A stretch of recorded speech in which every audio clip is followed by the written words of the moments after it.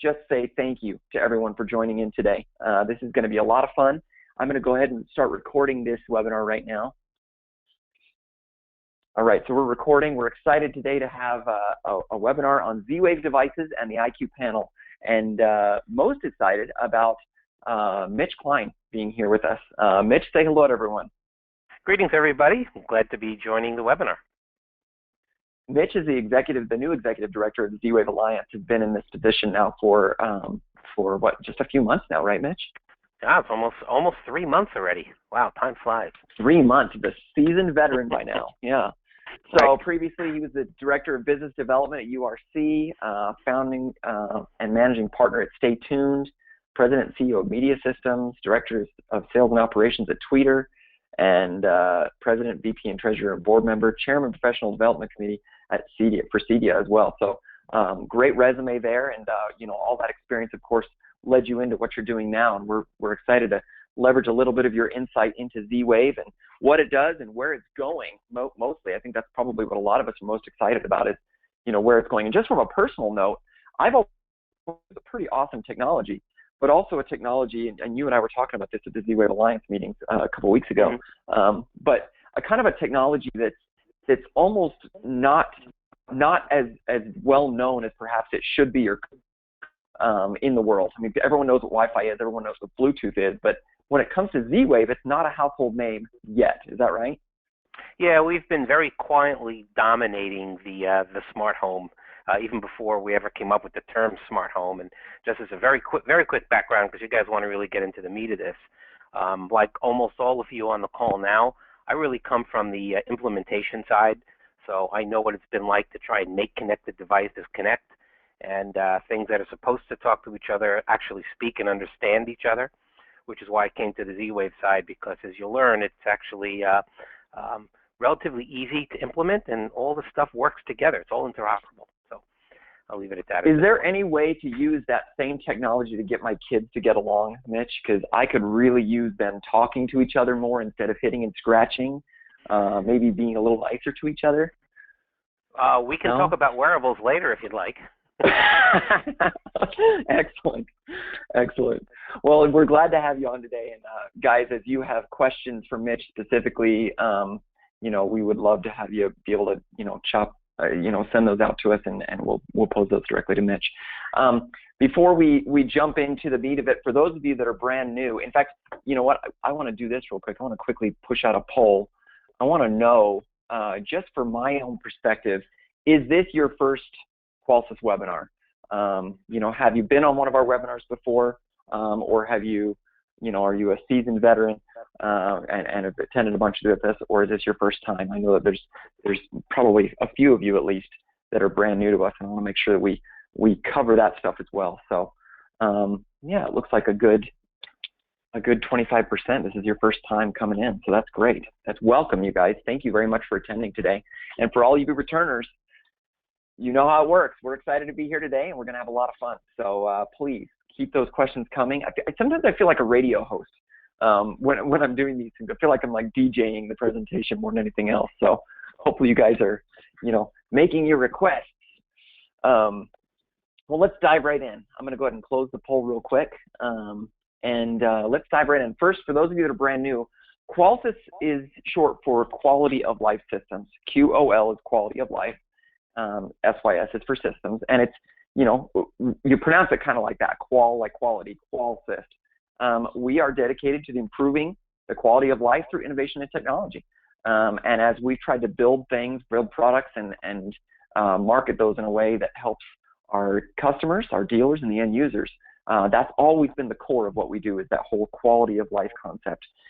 The thought that we are trying to improve life for our own selves, for our employees, our company, and then for you as a security dealer, installer, etc., and a smart home installer, and then also for your customers, for the end users, to be able to really feel like they enjoy life, and that they can make life easier for themselves. And I hope you see some of that, especially with Z-Wave, because I think Z-Wave is where we really tend to get into some of that kind of quality of life type stuff.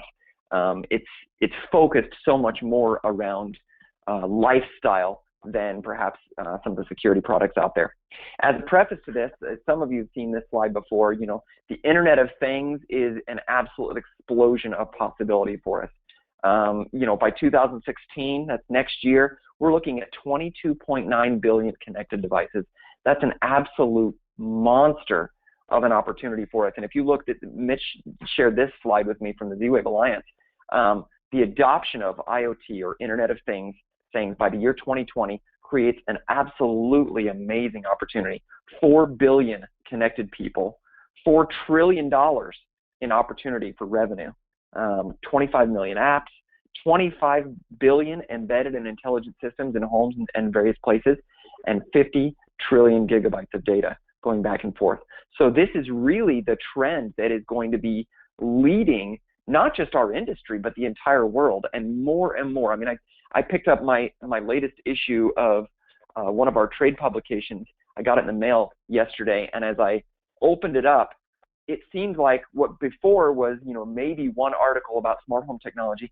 There was literally probably 5 or 6 articles that had something to do with smart home technology, Internet of Things, networking all these products together and things like that. So it's something that's on everyone's mind.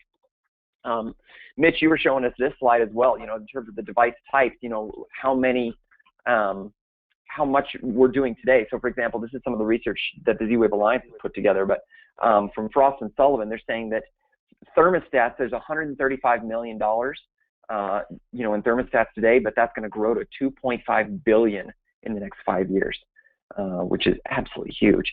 2.2 billion today for lighting, up to 4.8 billion by 2024, and that's from Navigent. 5.8 billion in like a master remote or some kind of control for the whole system.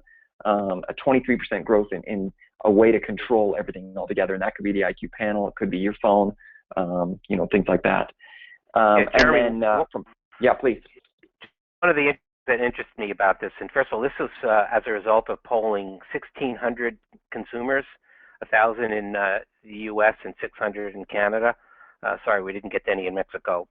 The interesting thing to me is if you look at the percentages between lighting and thermostat cameras and so on, the numbers are almost around the same. So the demand and the expectations for what they want is almost equal around. So if you're already putting in a security panel, they're going to still want the thermostat and just as much the lighting and so on. So to me, these numbers are big.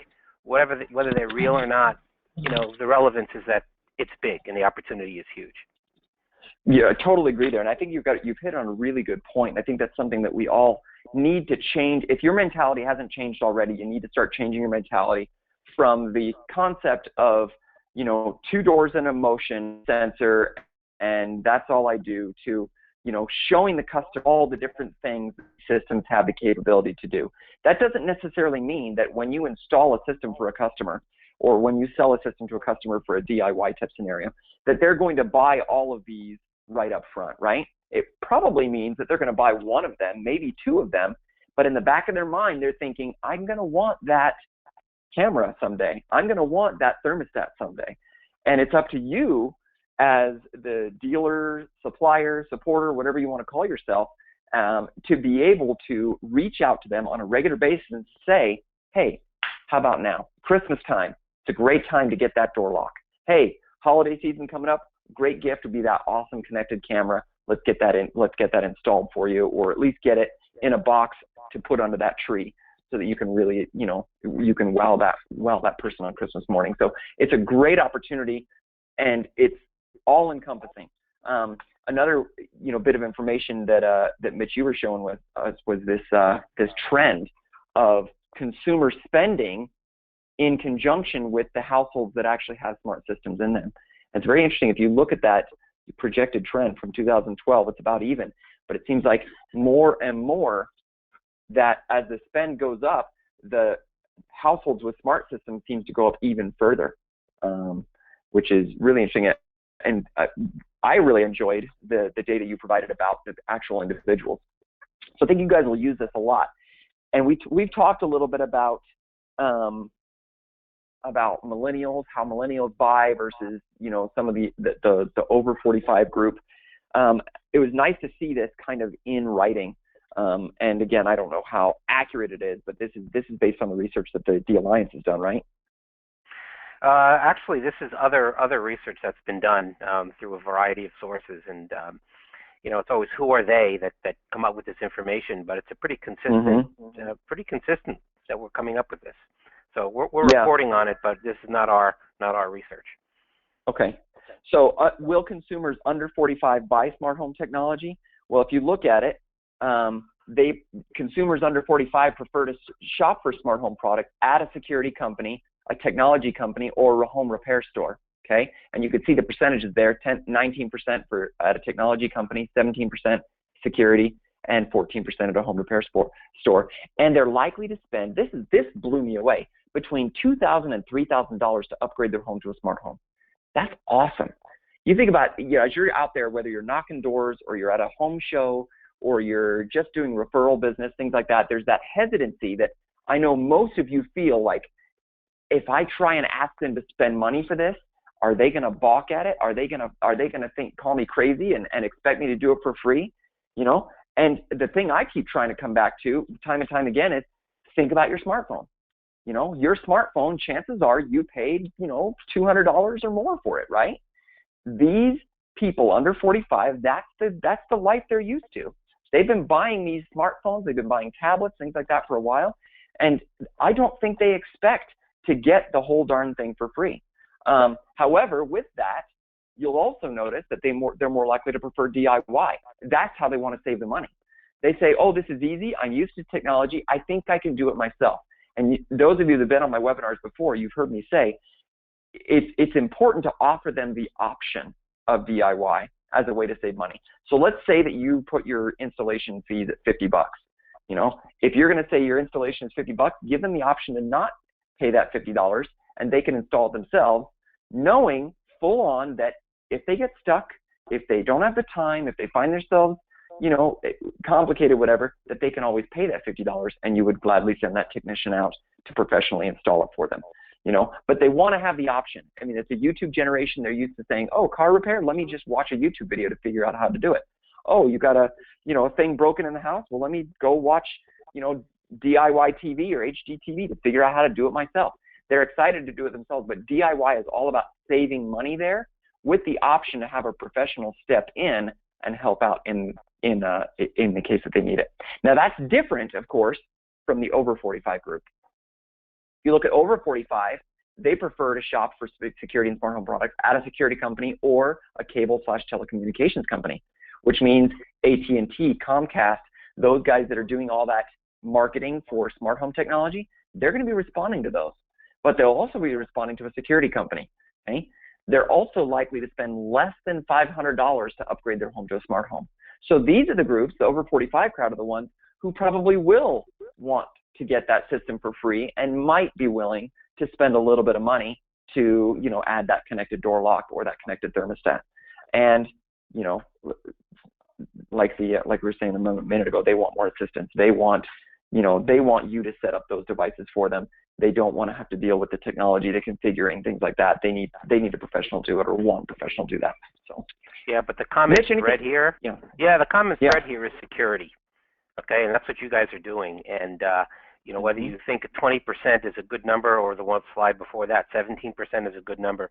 Again, let's look at the total dollars that we're talking about in the hundreds of billions of dollars. I'll take 17% of that any day, and realize that you guys, security is the entree to the smart home. So you're already there. You're already in the door. So that's an important factor. Absolutely, and it's such an easy way for people to transition from not having a smart home to having one, because a security system makes sense that they want to know what's going on in their home, right? That helps them protect their home. Well, then that knowledge and that data automatically translates over to other devices, right? Well, now I also want to know what's going to be in my, what my thermostat's doing, what my other things are. Let's look at I thought this infographic was really cool too. The number of things, the current consumer attach rate per home was 3 to 4 devices. And that's, of course, across all manufacturers. That's not data from us. But 3 to 4 devices, and that could be a thermostat, could be a light bulb, could be a door lock, could be any number of things. But that's a lot of devices. And of course, some are doing less and some are doing more. I'm curious to know from the audience today, what's the biggest home you've done with Z-Wave? How many Z-Wave devices have you put into a single home? Really curious to know if you've done a really, really big, robust one. I know in my house, I have 4 smart sockets. I have a smart thermostat. I have 2 Z-Wave locks. I have probably 15 to 20 Z-Wave wall switches. And then I think I've got a Z-Wave wireless siren as well. So I think I'm up there for on those. Oh, we got Mauricio says 15 plus. That's a lot. That's a lot. Yeah, here's 52 devices, Patrick says. Wow, that's a lot. 52, that's incredible. And the great thing is, I think that kind of goes into what I want to talk about next, which is the Z-Wave itself, Z-Wave technology itself. And this is why, Mitch, you and I were talking about this earlier. I don't think people understand how awesome Z-Wave really is as far as the technology and the protocol. You think about your Wi-Fi network compared to the other networks that are out there. Think about Wi-Fi or Bluetooth or some of these others. My Wi-Fi network at home, if I'm on it, I'm using it. Let's say I'm, checking email or whatever, and then my daughter decides to grab the iPad and she's watching, Strawberry Shortcake on Netflix. And then my wife decides she's going to stream the latest episode of Bones on Netflix on her phone. And then my son decides he's going to jump on his Xbox and play Minecraft. And then, somebody else, and then we've got a guest who's coming over and they want to do something. And the more people you put on it, the more it bogs down, right? The network seems to slow down. Well, the exact opposite seems to happen with Z-Wave, right, Mitch? Yeah, I think that's an important distinction. Is first of all, you don't need a Wi-Fi network for Z-Wave to work. You don't need the network connection for Z-Wave to function, and that's an important thing. So it's not going to bog down an existing Wi-Fi network at all.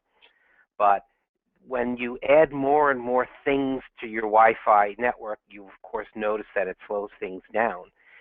Z-Wave is quite the opposite. As a matter of fact, the more devices you add, the stronger the system becomes. And I did see actually there was a question there about how you deal with the limited Z-Wave range as far as customers buying a piece of hardware. And let me just address another aspect of Z-Wave that is not really all that well understood. And that's the frequency range at which it operates, which is the sub 1000 megahertz or 900, again, depending on the country. And that used to be where your portable telephones and baby monitors worked. And of course, they're all migrating up into the 2.4 gig and what have you. And the reason Z-Wave chose the 900 megahertz range is because it transmits very effectively through walls, through floors, through all different types of building materials, which, if you have any experience with Wi-Fi, Wi-Fi does not. Matter of fact, in my home, which is an antique Victorian with wire lath and plaster, I literally have my Wi-Fi access point directly underneath the master bedroom, and I still have a hard time getting good reception because it's all wire lath and plaster, whereas my Z-Wave system goes right through it. So these are a couple of important points to understand. And then in terms of increasing the range, the more devices, you may need to add a repeater. We can certainly take it offline. I think it was Ryan was asking about that. We can take offline how you may just add a repeater, which is less costly than adding other devices. And we're going to talk about that a little bit later, aren't we?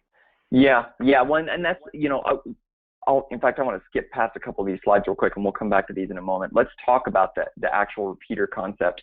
Z-Wave repeaters are one of those things where people are constantly trying to find a way of improving the Z-Wave network, especially if that customer is one of that over 45 crowd that doesn't want to spend a lot of money for it. And they're saying, well, I want that door lock to work, but the place I'm putting the panel and the place where the door lock is, it's not going to get there. It's just, it's 30 feet or whatever. And, Z-Wave is an effective range of, 15 feet or whatever it happens to be, depending on the house. So I need a repeater. And I've talked to lots of dealers who will do things like, just get one of those little inexpensive repeaters and plug it in somewhere. So it's this little white box plugged in to help, strengthen the network. And that's nice, but there's a lot of devices out there you could do that will actually add value to a system and also be a repeater. And here's the general rule with a Z-Wave device, whether it could be a repeater or not. If it's plugged in or operating on the home's AC power, then it will act as a repeater. If it's on batteries only, then it will not be a repeater. Now, some items, like a thermostat, are battery operated, but also can be plugged in with an AC wire, like they'll have a power, they sometimes call it a C wire, or if it's plugged into AC power. So a thermostat, for example, my thermostat at my house is not plugged in with an AC wire, which means it's not a repeater. Okay, so that one is only receiving signals, but it's not bouncing any more signals off to create that mesh network. As opposed to the IQ Siren device that we have, which is it's got a battery backup, but it's plugged into the wall and runs off the home's power. Now, a lock, my Yale lock on my front door or my Kwikset lock on my back door, those do not act as repeaters because they're only running off of 4 AA batteries. So again, as a general rule, if you're going to install a repeater in a home, do something that actually adds value. Do a light bulb. Do an outlet that you can plug a lamp into. Do a siren.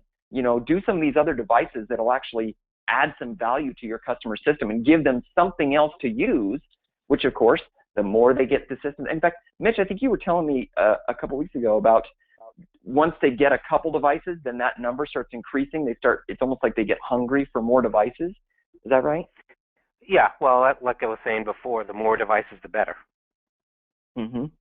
Yeah, I mean, it's just, obviously it's going to improve everything, and they start getting hungry for it. They start asking for more devices. You'll get your customers actually reaching out to you. In fact, we were doing a webinar about home builders and how to do smart home technology in homes. And Tom, the CEO of Vitex Systems, was telling us that after he's installed the system initially, he sends out an email every single month to his customers telling them about the quote-unquote device of the month. And he purposely tries to do Z-Wave devices because it will continually improve the strength of the network inside the home. And so he goes, not only does that improve the experience they have, but then they have an opportunity to get more devices and grow their smart home system. So the best example really is lighting, because once they get the taste of how cool it is to control the lights, maybe do it in one room or perhaps in an entryway, just so that when they come home they can hit a button on their smartphone and not come home to a dark house. Then they're going to want to add more and more lighting to the system. So that's really the best way to get them hooked. Well, I love that most of the lighting is also creates energy efficiency. So it's not just the convenience of it, but it's also, whether it's a Z-Wave LED light bulb or it's just some lighting that you create a rule around it so that it turns off automatically when you're not using it or when you're not at home, you're automatically saving money. So, people at first balked when the concept of LED lights came out. What were they, like $50 or $200 a piece or something like that when they were originally released? And everyone's like, no one's going to spend that much for a light bulb because I can get the regular incandescent for $3 or $1 or whatever. Well, now people are going, oh, the energy savings that comes with it, the life of it. I mean, a Z-Wave light bulb will last you 22 years, a Z-Wave LED light bulb. So, the fact that I never have to change lights again, that I've got this automation built in, that not only am I saving money when it's plugged in, but I'm saving money because it turns itself off when it's not being used, all of that translates into real dollars for people, and very exciting to build that out for someone. And Z-Wave, this slide right here is talking about the energy efficiency is, overall is more advanced for energy savings than other wireless protocols, just because it uses a lot less energy to send and receive its signals. Battery operated things need a lot less maintenance, and some of the other protocols seem to use up a lot more energy. So Z-Wave battery operated devices are by far the most efficient and longest lasting, and that is why over 95% of the security products out there are utilizing Z-Wave in its battery operated situations. Same thing with door locks. There you go. There you go. Well, let's go back for a second. I want to talk about what Z-Wave is, and we've kind of talked about already. But you mentioned it's using a lower frequency than common household products like wireless, like Wi-Fi, Bluetooth, Zigbee, things like that. It is a global standard. Now that frequency, depending on what country you're in, changes slightly, but it is a global standard, and that's something you guys are working to continually improve. That's part of the Alliance's function, right? Is to help ensure that global standard it stays true across all devices and all communications, right? Correct. Yeah. It started in 1999 in Copenhagen by a company called Qolsys, and it was brought to 2001 into the U.S. in 2001. And in 2008, Sigma Designs purchased Zensis, and then but Copenhagen still remains the center of Z-Wave R&D apparently. So a little bit of history about Z-Wave. And then we talked, about the mesh network a little bit already, but, in terms of scalability, every node could be a repeater if it's plugged into AC power, and it really allows you to bounce things back and forth. So if I have, something that's really far away on the other side of the house, of course, if I've got multiple lights, outlets, things like that between there and that point, it can not only bounce to that thing to get all the way to that door lock on the other side of the house, but those same devices can also be used to bounce signals other places. In fact, I want to demonstrate an example of this. I'm going to pull up the emulator. So if I go to qualsys.com/emulator, if I go into settings and I go into installation and then home control devices, you can see here I've got this rediscover network button. And this function here allows me to actually rediscover that network and make sure that that network is running as fast and as efficiently as possible. So for example, let's say your customer decides they want to move their lamp from the front entryway over to their bedroom. Well, by doing so, they've also moved the way that network moves or is expected to move. Maybe the panel was looking to get to the lamp first before it got to the door lock, and now in order to get to the lamp, it's now not using the same pathway. So doing a rediscovery would allow your system to kind of redirect its route and ensure that it's going the way that it needs to get its signals sent the way they should be. The other thing you can use is this feature called Neighbor Info. And Neighbor Info allows you to actually see what sensors are being used by a certain device. So the back door, for example, if I click View, I can see the back door is got the smart socket, the shelf smart socket, and the bedroom socket all as its neighbors. Those are things that it's connected to and using to communicate with the panel efficiently and things. And then the other tool that we provide on the panel is this function called counters. And this allows you to see, which Z-Wave commands are going through the right way and which are not. If you're getting a high number of commands that are failing, then it's kind of nice to be able to go through and say, hey, maybe I need to add some more repeaters, or I need to,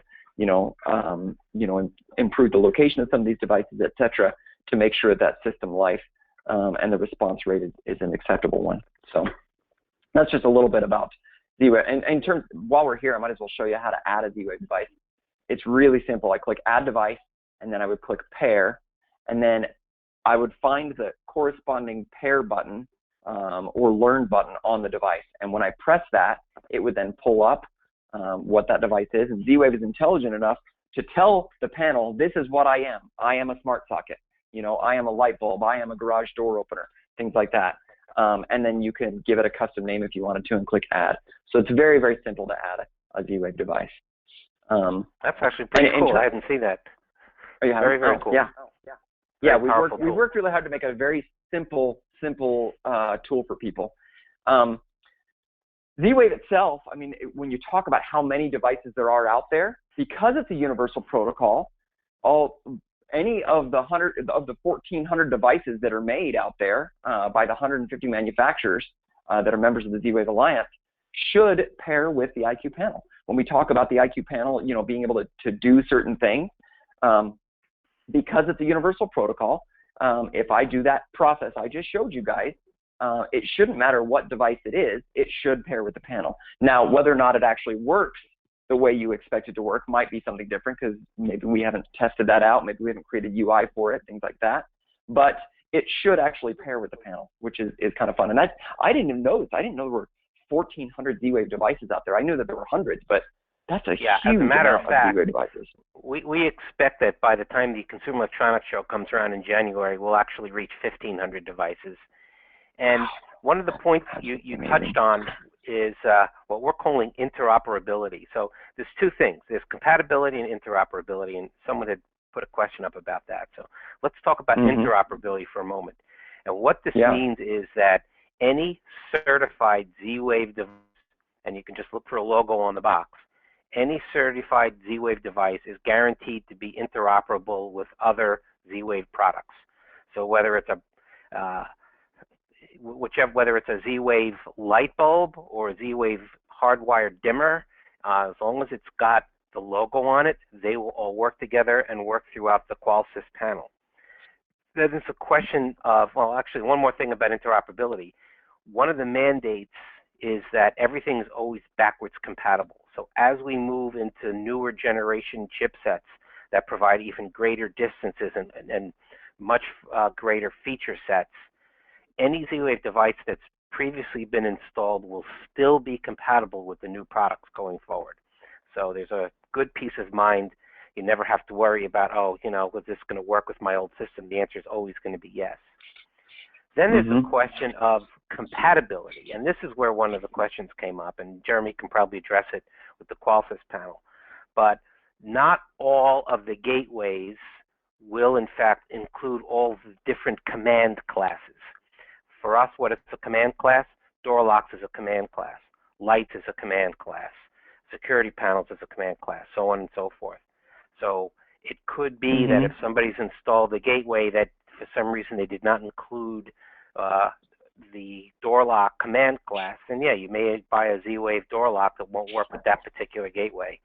And Jeremy can speak to that specifically in terms of what in fact, and that was kind of what I was trying to get at here with you know, pairing it up. Maybe we didn't test it, or maybe haven't created some UI around it. Here's a great example of it: the linear garage door opener. That's a Z-Wave device that allows you to open and close your garage remotely. You know, either from the panel or from your phone or what have you. That particular device, previously, if you tried to learn it into the IQ panel, we didn't have the command class of a garage door available. So when you learned it in with the IQ panel, it would learn in as a light. It would show up as a light. So in order to close your garage door, you had to go to light and turn off the light labeled garage door. So it was a little kludgy, but it worked, right?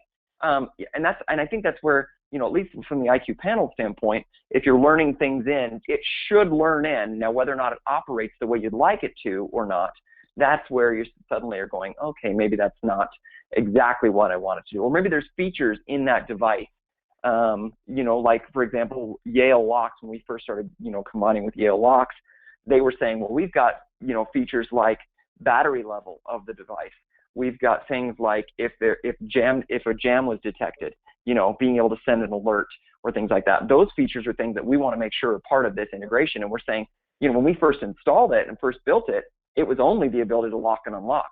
We have since then gone back and added those things in to say, okay, now that we've got the basic operability working, we want to make sure that all the other features that the manufacturers created are also working as well. So it's more than just the ability to pair, but it's the ability to be able to use it the right way, in a way that your customer expects it to be used and feels comfortable with it. So, and part of that's going to come along with, you know, not only our team working hard and our test team, you know, finding new devices and things like that, but it's also you guys helping us be aware of things.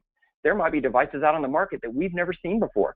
In fact, when I was at the Z-Wave Alliance meeting down there in Carlsbad, one of the Alliance members showed me this amazing little door sensor that was just this thin strip. Instead of embedding, like drilling a hole in for a recessed sensor or putting a sensor on it, it's a Z-Wave sensor that literally hides in the crack of your door when you close your door. Really cool device. I'd never seen it before. We're working with our test team now to see if we can, you know, create some compatibility around that. Another device was at the ESA of Utah convention. I met a guy who was making a Z-Wave safe, and it was literally a safe that would lock and unlock over Z-Wave. And I said, well, we don't have a command class for safe in there. We don't have a UI for safe, you know, so it'd be really cool to create that. So we're getting some samples of it. We're working on it. As you want to know what devices we have fully endorsed, I guess is probably the right way to say it, fully integrated into our stuff, you can go to our website. I'm going to go to Qolsys.com, and we keep a list of it, a current list for our current software under devices, and then there's a section called controls and automation. And on here, you can see a list of all the different devices with all the manufacturers. Evolve, you know, light switches, Gasco, you know, light modules, etc. These are the ones that I've got downstairs in my house. I love them. I turn my fireplace on from the couch, from my Apple Watch, because it sent a signal to my panel to say, turn on my fireplace, and then over Z-Wave, through probably 3 different Z-Wave devices, sent a signal to that little switch and turned my fireplace on. My wife was totally impressed. You know, little things like, you know, light bulbs and locks and repeaters and, you know, all sorts of sirens, all sorts of things. This list continually gets updated as we improve our software. And that's one of the things we do is from a hardware perspective and a software perspective, we're always trying to improve the number of devices and the categories of devices that we can support. So before I go into that more, I want to quickly touch on this because I want people to be aware. The Z-Wave Alliance is working really hard on creating awareness of Z-Wave in the consumer mind. And going forward here in the near future, you guys are launching a new website. You're doing a lot of marketing campaigns directly to consumers, things like that, that should bring a lot of that Z-Wave awareness, which helps the dealer community, right? No question about it. I mean, we cannot out Apple. We can't out Google. And we're not going to attempt to do that, but what we are going to be doing is supporting all of the different methods that consumers buy products. So whether it be retail, online, through security dealers, what have you. So yes, we're actively putting things together to help get the word out and to help you guys. And the more you guys can get involved in what the Z-Wave Alliance is doing and how they're doing it, the better off it's going to be for you, because doing some amazing and exciting things. So, you know, get involved in it, you know, participate in their, you know, their Twitter account, their Facebook accounts, things like that. There's a lot of social media going around it as well. If you're not involved in social media now, I highly recommend, at least for yourself, getting involved just to create an awareness. But it can also be some great marketing opportunities as well. Yeah, and we also announced an installer membership into the Z-Wave Alliance, which would give you access to all those marketing materials, as well as all kinds of training materials that will help support you through your installations and actually bring in new clients. Mm-hmm. There's a lot there, and they're continuing. Their whole marketing department and PR department is building just some tremendous stuff. And you know, we put up, if you haven't watched our YouTube video, our YouTube channel, we put up the video that that you guys showed us at the Alliance meeting, and hopefully you guys can watch that and enjoy that. But more to come. Let's talk for a minute about the Internet of Home. The Internet of Home is this concept that's similar to the Internet of Things, but focused around the home, that everything is going to be connected in the home and give you access. And it's built up of three things. It's the panel itself, that's your brain, the interactive service, that's your alarm.com service, and then this network of interconnected devices, of which Z-Wave is a big part of that, right? To make that all possible, the IQ panel is an all-in-one security smart home panel. We say all-in-one because it includes Z-Wave built right into it. You don't have to worry about snapping in an extra module, getting a different cell card, doing anything like that. You literally pull it out of the box, and Z-Wave is included in every single IQ panel. And this serves as your home's brain. It serves as the local interface inside the home. People ask us what the difference is between the IQ panel and some of the other competitors. And a big part for me is the ability to roll software updates. You know, you could see the list here that, you know, it's got a touch screen and an integrated panel camera. This dual path communication that allows it to simultaneously use cellular and Wi-Fi to communicate signals, which includes Z-Wave signals. If I send a Z-Wave command from my phone and I've got dual path activated, you will be shocked at how quickly that command is received on the panel and executed by the panel. It's really, really lightning fast. But again, for me, it's automatic updates. The fact that I can upgrade my software on a regular basis to add new features, to add new functionality, and to support even more Z-Wave devices as they come out into the market is really, really big for me. And there's, who knows what other Z-Wave devices. I mean, Mitch just told us there's 100 new devices that might come out by the next big show. If that's the case, then, you know, I want to be able to use those. If there's got to be at least one device in that 100 that's going to be really exciting and interesting for me, and I want to be able to use that. So having a panel that can upgrade its software and that can continue to support those kind of things, to me, is really, really important. And I hope it is to you too. Yeah, Jeremy, you touched on one point, which was the speed with which the Z-Wave operates. And it's important to note that Z-Wave operates locally, not out of a cloud.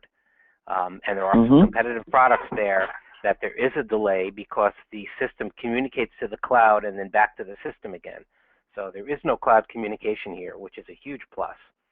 The other piece is you talk about new products, and we have this thing called the Z-Wave Labs, where we love to work with incubators and startups. It's not just existing companies. And the latest winner, which will have a product out within the next 6 months, is a company called Patio, P-A-D-I-O. Watch for this one, because this is actually a Z-Wave door lock for sliding doors. And I haven't seen anything like that. And I don't know about anyone on the call here, but I can tell you that's the door my wife never locks. So imagine, you go away, you hit your away button, and that sliding door automatically locks. That's pretty cool stuff. So it's always new and exciting things. Very cool. It is. It's funny because patio, everyone always asks, is there a Z-Wave lock for a patio door? And the answer has always been like, no one's been able to figure that one out yet. So if they've been able to do that, I'm very excited to see that. That's excellent. Stay tuned. Yeah. Well, let's talk a little bit more. The IQ panel, of course, was designed for a consistent consumer experience, so it should look and feel the same across the board. We've talked a little bit about the built-in, wireless radio. Just so you guys are aware, that Z-Wave radio currently does up to 69 devices on the IQ panel today, in a variety of different categories. You can adjust your thermostat from the panel, from the thermostat itself. You can also do it from your mobile app. You can control your outlets, using a smart socket. And this device, I don't know if you're familiar with this one, Mitch, but this one actually shows real-time energy usage on its screen as well. Wow. So I use one of these downstairs in my son's room on his space heater, and it gets a little cold here in Utah in the wintertime. And downstairs in the basement, I can put one of these on there, and I can see whether it's on or off. Not only can I turn it off from my panel upstairs without having to walk all the way downstairs to see if it's on, but I've got a rule set up that says, hey, when you're not at home, when we arm our system in away mode, turn that thing off regardless. So there's never a chance that A, I'm wasting energy, and B, that I'm potentially causing a fire or something like that. So auto shut off, right? I love that. Yeah. Well, and additionally, because it shows the actual energy usage, not only can I track that on alarm.com, there's that new energy monitoring feature on alarm.com. You can see energy used over time, but I actually learned that my space heater was drawing 1,000 watts of energy when it was on high and only used 250 when it was on low. I didn't feel a huge difference in how warm the room was, but I knew for a fact that I wanted to save 75% of that energy. So as a general rule, we always make sure it's on low. And it saves us a bunch of energy just because we knew about it. So not only do you have the safety of the device because it turns off automatically, but then you also have the actual power consumption that's saving us a lot of energy. So locks, we've talked about locks already, being able to lock and unlock your doors from your panel. You've of course got lights, being able to control lights on and off. And another great thing about Z-Wave lights is a lot of them are dimmers as well. So you've got dimmable up to, from 0 to 99, a full range in there, really minute dimming capabilities, which are really awesome. And of course, we've talked about it already, but we are compatible with hundreds of other Z-Wave devices, and you can see those. And I kind of want to skip through a bunch of these to get to some more interesting stuff. While I'm pumping through these, I want to see if there's any other questions that we want to address from the group. There have been a lot of questions about our new software update, and that's actually one of the next things I want to get to. With our new software update for the IQ panel, and that should be coming out here in the next week or so, so watch for an email about that. We're adding compatibility for a bunch of new devices. That number of compatible devices will go from 69 up to 74. So we're adding a few more devices in terms of numbers. But there's also things like the new dimmer outlet, the AOTech Smart Switch 6, which several people on this call have asked, are you going to be able to, to support that device? The answer is yes. The linear garage door opener, this one will be supported. Now this one will be supported in local only. You will not be able to use that over the alarm.com app, but you can locally open and close your garage door from the IQ panel. The AOTech home energy meter, so you'll be able to measure how much energy your whole home is using. You tie that in there. And then, of course, the Fortress water valve, which is super exciting. Pair that with one of the water sensors, and you can create a rule that says when your system detects water, turn the water all the way off. So you could stop a flood before it even starts, really. So really exciting new devices that we're bringing out as compatible with the IQ panel here shortly. And then another great thing is being able to create automation directly on the panel.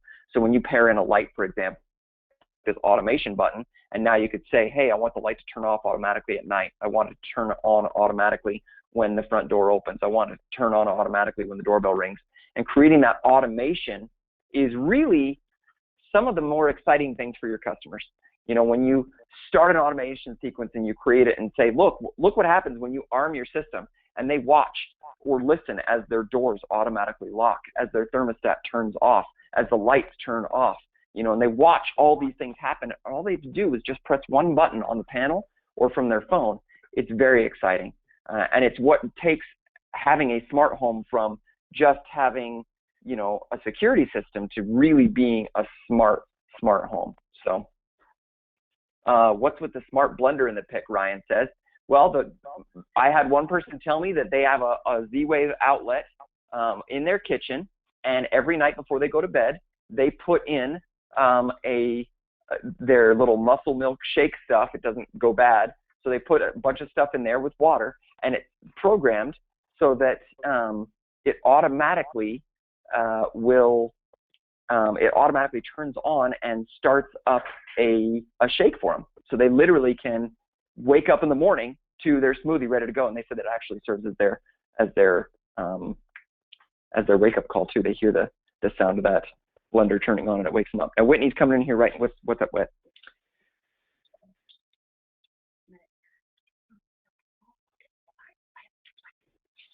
Huh?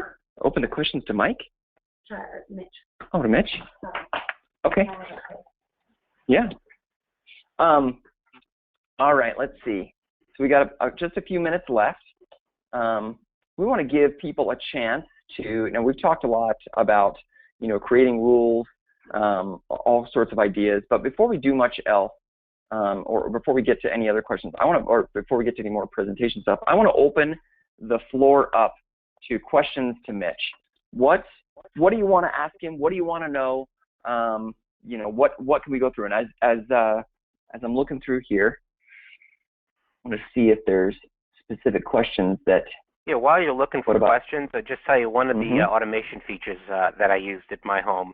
There's a good night button. You press that good night button, and the alarm panel sets just the perimeter alarm, and obviously not the motion detectors inside, and puts the first floor to sleep. You know, all the lights that the family leaves on all the time when everyone goes upstairs to bed, puts them all to sleep. It turns all the lights off, puts on a pathway of lighting upstairs, and doesn't touch anything up on the second floor where everyone has moved up to.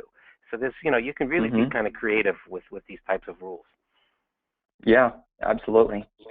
A lot of the questions that are popping in here, what about this, what about that? I think there's a lot of questions about what kind of Z-Wave devices actually exist out there in the world. How do people know what Z-Wave devices even exist so they can try pairing it with the IQ panel, so they can try installing them in their home?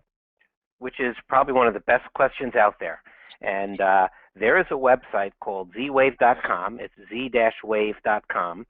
And if you go there now, you're going to look at it and go, oh, wow, that's kind of not a great website.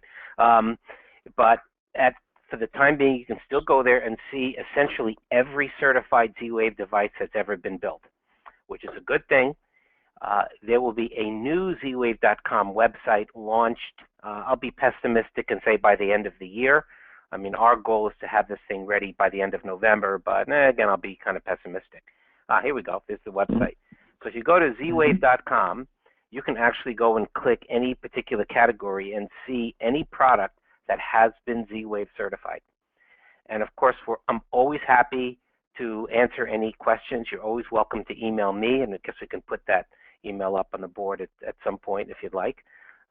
It's mitch@zwavealliance.org, and of course that's Z-Wave, which I'm not a big fan of the dash, but it wasn't my call. Anyway, mitch at z-wavealliance.org. I'm always happy to respond to emails. Sometimes I'm on airplanes. Matter of fact, I live on airplanes. And those are usually the best times to get me, because I'm usually on Wi-Fi on those. But anyway, hopefully that helps answer one of your many questions. Yeah, we got to install more Z-Wave devices on airplanes so you could automate your whole trip. Wouldn't that be sweet? All right, I know. Here's another question. Is there a type of device that allows you to measure the strength of a Z-Wave signal before you install it in a home? Wow. I don't know of anyone. Do you? No, that's a great question. And one of my initiatives that I have just started, which is, of course, the membership, the installer membership. One of the benefits of being a member of the Z-Wave Alliance is you will have access to what we're calling an IMA tool, installation and maintenance tool. This tool is not yet available. I would say mid-2016 is the target. It'll be a piece of hardware with attached software that will enable you to go into any Z-Wave environment and actually check the health of the system, check the health of the mesh network, go and determine where you need to put a Z-Wave device to add reliable distance to the mesh network. So that's a great question. Well, that sounds we're on awesome. it. Don't have an answer to it now, but this is exactly what we're working on and we'll have by mid-2016. So again, if you join the Alliance or just simply or the eBlast, and I'm sure our friends over at Qualsys will certainly let you know when it's available. Absolutely, yeah. Patrick says there's a sweet USB dongle that helps to do that, but it's pricey. So in the meantime, if you're looking to do that, you can maybe look into that. India asks, what are the best troubleshooting steps for Z-Wave devices, and what are some of the common issues? That's probably a more in-depth question, but the best troubleshooting step is really, I guess it really depends what the problem is.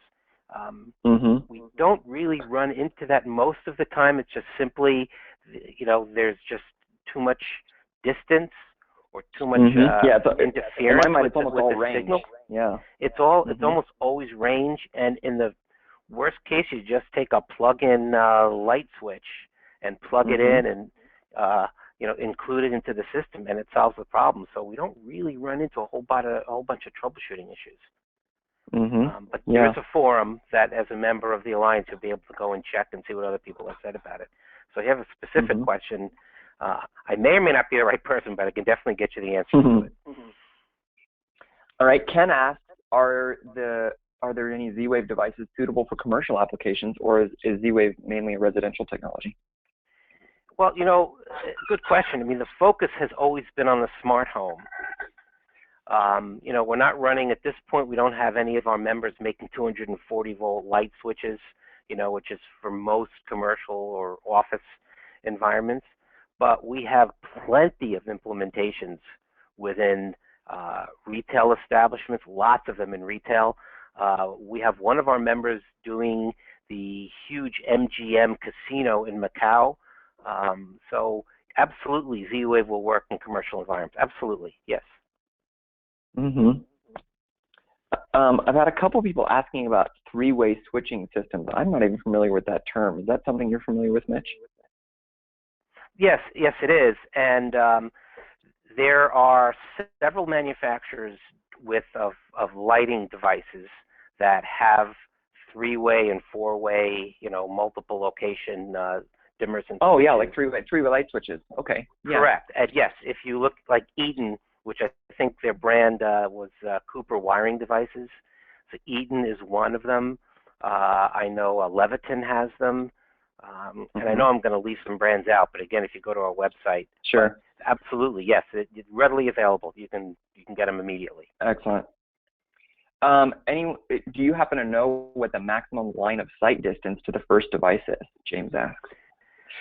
A lot of that depends on which generation product you have. The products that have been out for several years, we state that line of sight is about 100 feet. In a congested environment with lots of doors and walls and things, we like to say be cautious and say 30 feet. If you look at the latest generation of chips, it's even more like 150 feet. But, throwing these numbers out there can be very misleading unless you're installing, a Z-Wave environment in your backyard, which is hopefully like a farm or something. Line of sight can be very misleading. So we like to say 30 to 50 feet is what you can expect. Yeah, 100 feet in my house is going to be significantly different than 100 feet in your house, just because of the materials, used in the construction, right? Yeah. Exactly right. What do you know, like what kind of construction materials to interfering with Z-Wave signals? That's a question from Rodney. Well, if you, again, go back to the days when people used to have cordless telephones, I don't know, maybe some of you still have them. Obviously, the standard drywall, wood stud, wood joist is not going to pose a problem for transmission.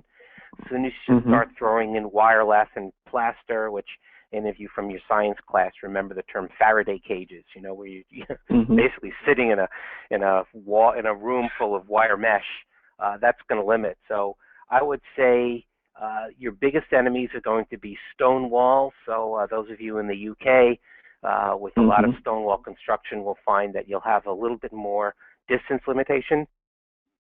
But again, you're still getting much greater transmission range than you would if you had a Wi-Fi access point, which is not going to make it through that wire mesh at all, whereas the Z-Wave from the 900 megahertz is going to actually work pretty well. So if you're not sure, try the cordless phone thing, and you'd be amazed at the distance you get with your cordless phone. That's what you're going to get with Z-Wave. Yeah. Yep. Valid point. There's been a couple questions about, interoperability a little bit.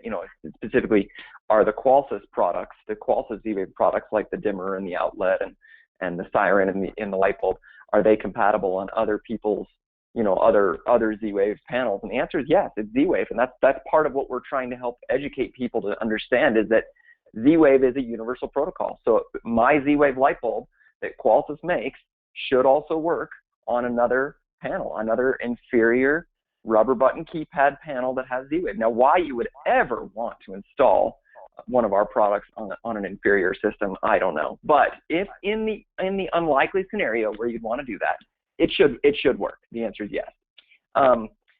So we are out of time. I wish we could keep going. There's been a lot of great questions. There's one really important question. Mitch, do you ever get double takes from people thinking you are Billy Joel? I have no problem with backstage passes at Billy Joel concerts. Excellent. Well, we cannot thank you enough for being on this webinar today and answering all these questions. Guys, again, if you've got more questions about Z-Wave, you want to get more involved in the Z-Wave Alliance, go on Z-Wave-wave, z-wave.org or zwave.com, and go on there and get, become a member. Go in there and learn about the different products and things like that. Test those out. We highly encourage you to test those products out with the IQ panel. See if they work. See how you enjoy them. If you find ones that maybe don't do everything you'd like to do, let us know, because we want this to be the most robust and easiest to use platform you can use in your customers' homes. So I really hope that you've enjoyed it. And Mitch, thank you again for all the insight, the input, and all your comments. Oh, my pleasure. Glad to be here. Yeah, everyone, this concludes our webinar. We'll stay on the line for just a few minutes to type in answers to questions that are pertinent or important. But then, for those of you that want to go ahead and drop off, oh wait, we forgot our drawing. We're doing a drawing for prizes. I forgot. Do it. Oh my gosh, yeah. So we want to do a couple of drawings for a prize pack. We're going to do what we're calling our Z-Wave Dream Kit. It's going to include an IQ thermostat, an IQ siren, an IQ light bulb, an IQ smart socket, the IQ outlet, and the IQ dimmer. One of each of these. So we're going to do 2 winners today. Mitch, why don't you give me a number between 1 and 200? Let's use 75. 75. Okay. Let me go through and your random number generator, yes? Yeah, you're my random. It looks like Russell Bucca. I hope I pronounced that right. Russell B-U-C-C-A. You're our first winner. Wouldn't you write that one down? Oh. So congratulations, Russell. And then Mitch, let's use that random number generator brain of yours and pick another number. Let's do between 250 and 500. Let's do 326. 326. Okay, that looks like Sean Montgomery. Sean Montgomery, you also win the Z-Wave Dream Pack. So congratulations. So Whitney, write that one down as well, and we'll reach out to both Russell and Sean and we've got your information already. You should have already registered with that, so we'll get that information for you and get those sent out to you. So congratulations to you guys. The rest of you guys, sorry, but don't worry, we're doing lots more. We've got another webinar next Monday. Hope you subscribe for that. If not, let us know. But that one's going to be on alarm.com and how to use all the great rules and notifications. That's actually part of what we wanted to get to today and didn't have time for. So hopefully you can join us for that webinar and learn with Caitlin Redelman and I how to create a lot of this fun stuff and rules around Z-Wave. So very exciting. Again, Mitch, thank you so much for your time today. Appreciate all your input, and for everyone that's made a comment or asked a question. Sorry we couldn't get all of them on the air today, but really appreciate all the interaction that you guys have done and the participation we've had today. Thanks again, and we'll talk to you guys next time.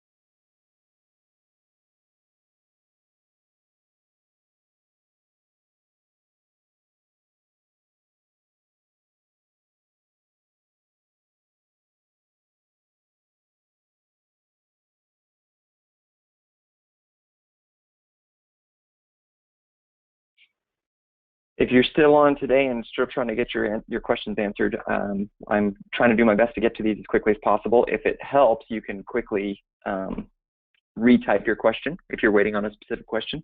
Happy to address that right away, okay?